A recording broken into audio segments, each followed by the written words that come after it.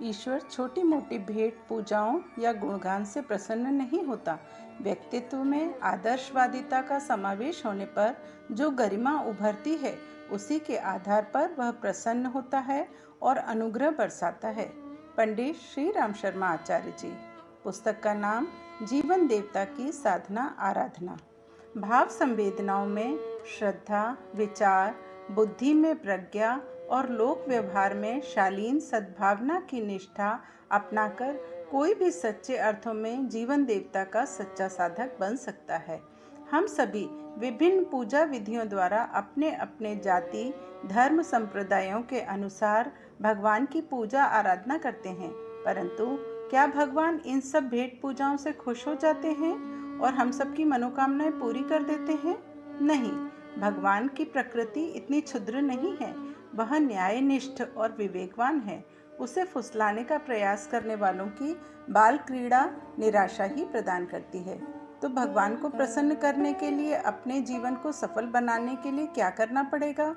उत्तर एक ही है, जीवन को ही जागृत देवता मानकर जीवन साधना करना ही एकमात्र साधन है, जिससे अपने ऊपर चढ़े मैले आवरण हट सकते हैं और पात्रता का विकास होता है। पात्रता ही वह चुंबक है जो अपने उपयोग की वस्तुओं, शक्तियों को अपनी ओर सहज ही आकर्षित करती रहती है। प्रस्तुत पुस्तक जीवन देवता की साधना का मार्ग बताती है, जिसके आधार पर आत्मसंतोष, लोक सम्मान और देव अनुग्रह जैसे अमूल्य अनुदान प्राप्त होते हैं। पुस्तक के कुछ सद्वाक्य, सद्भावनाएं और सत्प्रवृत्तियां जिन प्रयत्नों से बढ़ सकें, उसी को सच्चा परमार्थ कहना चाहिए। पात्रता और प्रखरता का अभिवर्धन ही योग और तप का लक्ष्य है। आत्मबल को जीवन की सर्वोपरि संपदा ही एवं सफलता माना गया है। जीवन एक सुव्यवस्थित तथ्य है। वह ना तो अस्त व्यस्त है और ना कभी कुछ करने, कभी ना करने जैसा मनमौजीपन। छोटे दायरे में आत्मीयता सीमाबद्ध करना ही मोह है।